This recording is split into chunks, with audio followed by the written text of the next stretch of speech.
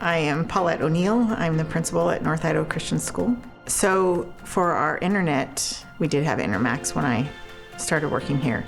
And then as our phone system became not 911 compliant, that was the big update more recently that we had to do with Intermax, is our whole phone system, and that it's tied to our bells as well.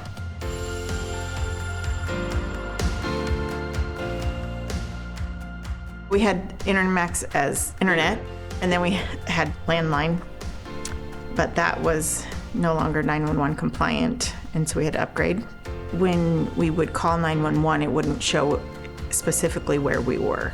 And so that's when Intermax more recently came in and did the whole changeover.